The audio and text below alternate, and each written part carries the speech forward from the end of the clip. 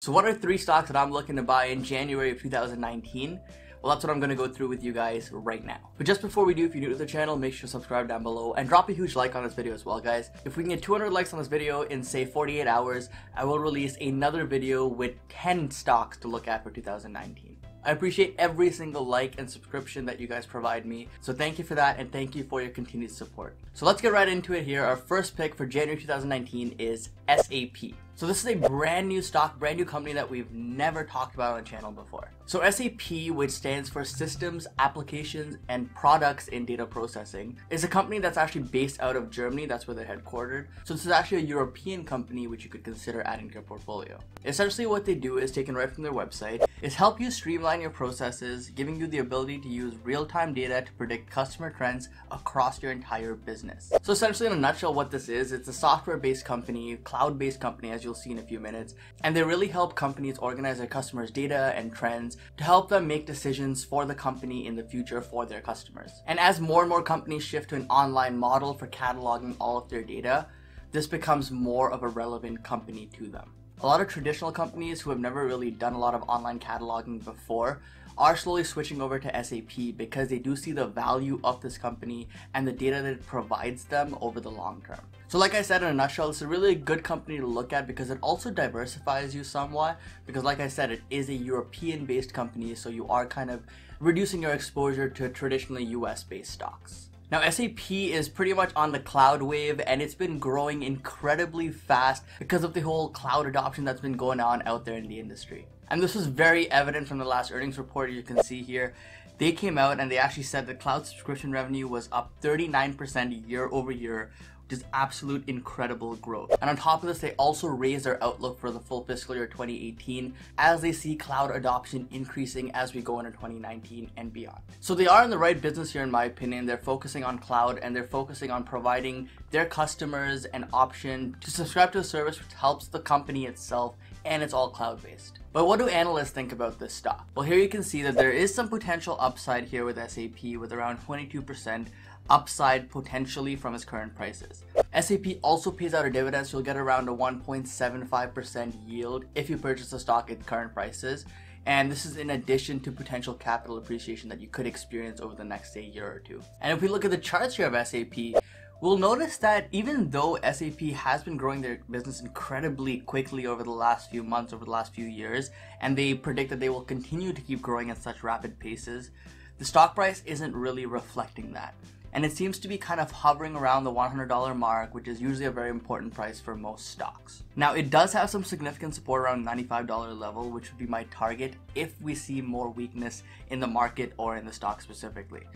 But regardless, if we are still off around 20% from our highs here in SAP, which makes us a very, very attractive entry point in a world-recognized brand that's expanding their cloud business every single quarter. So as you can see, SAP has a lot of good stuff going for it. And on top of that, they are making a lot of acquisitions year after year in different companies which they feel can benefit them in the cloud space. And like I said, SAP is a brand new stock, a brand new company that we've never covered on the channel before. So I'm curious to see if you guys are invested in this company or if you've heard of this company before. Let me know in the comment section down below.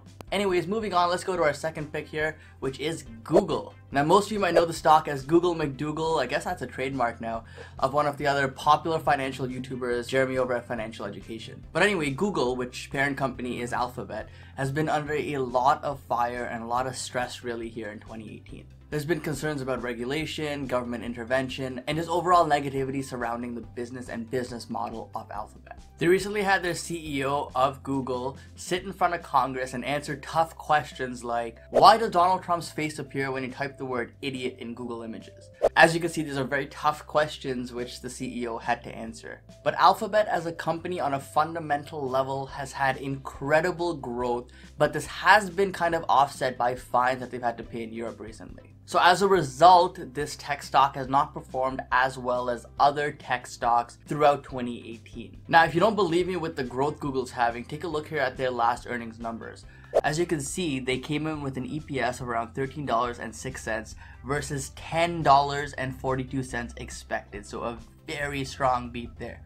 And revenue came in at $33.7 billion versus $34.04 billion. So a slight miss there from what analysts expect. However, they still grew revenue 21% year over year. So put this into perspective before you completely dismiss Google here on this revenue miss. So my personal opinion here is that the market is severely overlooking the potential growth and just overall potential that Google and Alphabet has here as a company. Now, of course, there are some negative sides to Google and Alphabet as a company. And that is mainly that I don't believe that they're necessarily going to be number one in a lot of spaces that they're trying to compete in. For example, if you look at their brand new flagship phone, the Pixel 3, in my opinion, that was more or less a flop. There wasn't a lot of sales for that. And if you also look at other things like the Google Home, which they're trying to compete here head to head with the Echo, I believe the Echo is selling a lot better. So that's another race that I don't think they're necessarily going to be number one in. And on top of that, they've also been getting a lot of backlash on platforms that they own, like YouTube, for example, with the recent YouTube Rewind video where there's been tons and tons of negativity thrown out there. It's now the most disliked video in YouTube's history. And ironically, it's created by YouTube as well. But as you can see, there's just sentiment around this company with different parts of their business is just not in the best place right now. Now, all of this needs to be considered, but you also need to consider, is Google's search and advertising business worth your investment? Even with all these seemingly negative points around it, is that portion of the business worth an investment? Now, I, for one, personally believe that Google and Alphabet really need to go back to their roots, focus on the customer, stop trying to chase the high end of the market, stop trying to be number one in spaces that, is clearly dominated by other companies, but focus more on user experience, focus more on the value that their products provide, and focus on the user first. And if they do that, I believe that'll bring Alphabet back to a solid company in 2019. Now, if we look at what analysts here have to say about Alphabet on TipRanks, they have a strong buy on the stock with over a 31% upside. And although I believe Google is being overlooked and undervalued right now, that doesn't mean I think it'll be at this price or have this much upside in the next 12 months. But I do believe that if the market does level off here and start moving higher, Google will have a good 2019. But on the flip side, if we do enter a bear market, we continue moving lower, I wouldn't be surprised if Google also continues to get hit and continues moving lower as well. Now, looking at the charts here of Alphabet, we can see that it's more or less in limbo, like many other companies at this point. Now, it's struggling to stay above that $1,100 level and has once again started to retreat back closer to the $1,000 level. Now, my lower end target here would be around $900 or so per share. And if we continue to see a weak market, I think that we could even go as low as $840 per share to test that key support level. Now, we could have a very similar story here as we did with Facebook, where the stock just slowly trickles down over time, and before you know it, it may be trading under $900 per share. So I wouldn't say this is the best price to buy Google at here at around $1,000 per share, because ideally I'd want it personally closer to $900. But this may be a good point to start opening up a small position in. Now, of course, this will really depend on your time frame. If you can hold the stock for a while, this will be a great strategy, because if the stock does continue moving lower, say we go to 950, 900, 850, you can continue to add into that position and average down your cost basis. And in that situation, even opening up position right now would be pretty decent value, because Google is around 20% off from its all-time highs. Okay, so now let's conclude this with our third stock pick here, which is a banking stock, and that's JP Chase. That's the stock that I covered in my recent video, top 5 dividend stocks to look at for 2019. And I believe JP Chase is actually at an incredible value right now. Not only is the stock price providing value, but you're also getting a very good dividend yield on this stock for a world-renowned company here in the banking sector. Now, just like the other two stocks, if we do enter a bear market, of course, this will also continue to get hit. But let's pause here and take a look at the fundamentals of why I think JP Chase may be a good buy at this point to start opening up a position in. First off, JP Morgan is actually one of, if not the largest bank in America, with over a $300 billion market cap. Now, although it's such a large company at over $300 billion, the stock price is down around 15% from its all-time highs, which is why it's providing a very attractive entry point right now. And like I said, they pay out a handsome dividend, which actually comes in here at over 3% yield.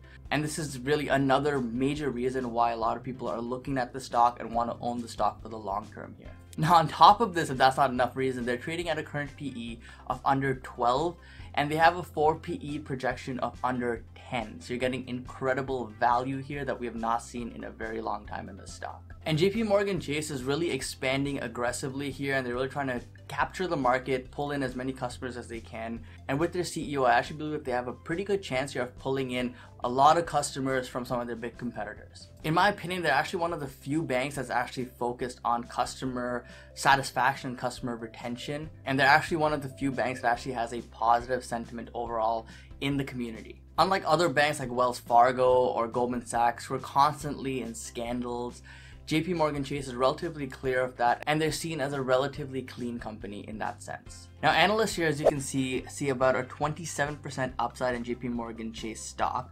However, this may be a bit of a stretch considering the current market conditions. Now, you gotta remember that banks are reliant on higher interest rates to make even more profits. The higher interest rates get, the more profits they make. So now the concern here is if the Fed does not choose to raise rates like predicted in 2019, then JP Morgan Chase, along with other banks in the space, will potentially get hit and not look as attractive as they do right now. However, I do believe that long-term value investors will still see value in companies like JP Morgan Chase, so there will still be a constant flow of buyers coming into this stock, but I don't believe that the sentiment will be as bullish if the Fed decides to stop hiking rates. Even if you make the assumption that the forward PE stays the same as the current PE, which is under 12, JP Morgan Chase is still a very, very attractive buy. Now, if I look at the charts here of JP Morgan Chase, you can see that it looks like we're kind of falling off a cliff here with this stock ever since we dropped below, say, the $100 level or so. Now, there seems to be no support in sight, and if weakness in the market continues, I wouldn't be surprised to see JP Morgan Chase closer to the $80 to $85 range. That would make this stock, in my opinion, even more attractive, as the yield would go up significantly from what it is right now as well. And now, once again, I just want to remind you, if you're a long-term investor, you could do the similar strategy that I explained here with Google, where you could open up a position here at 100 and average down again if we hit, say, $80, $85 or so, and that will bring your cost basis down to, say, the low 90s.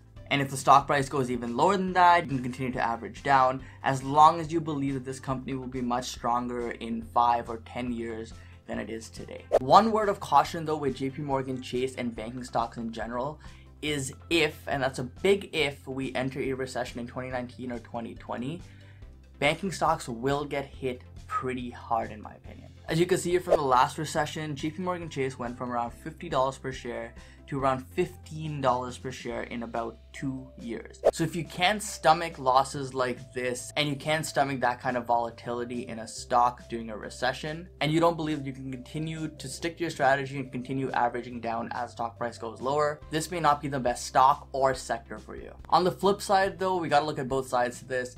Banking stocks do provide a lot of potential upside. Now, say you average down throughout the recession all the way from $50 down to $15, you kept buying as the price kept going down, and say you came up with a cost base of around $30 per share. You would still be up a few 100% on your position today, even though the stock price has dropped around 15% from its all-time highs. So keep things in perspective, stick to a strategy, and over the long term, it will pay off more times than it doesn't. So really what I'd like to say is that it's really important to stick to a strategy and invest depending on your time frame. As with any investment, if you need any of these stocks that we talked about today in the next, say, 2 to 3 years, this may not be the best time to put your money into the market. There's a lot of uncertainty out there, and there's a lot of other avenues you can go to yield around a 2 to 3% yearly interest on your money risk-free. However, if you don't need the money in the next 5, 10, 15 years or so, then it may be best to continue buying these stocks as they continue falling. Remember, the key is to buy on weakness and fear, and what we're seeing in the market right now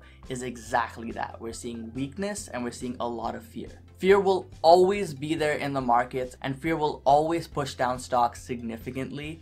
But if you have a level head and you have a strategy and you're going to be buying at certain prices that you've already determined with your strategy, then you have a very high chance to come out on top over the long term. So just keep that in mind, guys. Again, hope you enjoyed this video. Drop a huge like here. Let's get 200 likes on this video if you want to see another 10 stocks to buy in 2019. I really appreciate all the support. I try to keep this video as short as possible for you guys, and I really do hope that you appreciate that.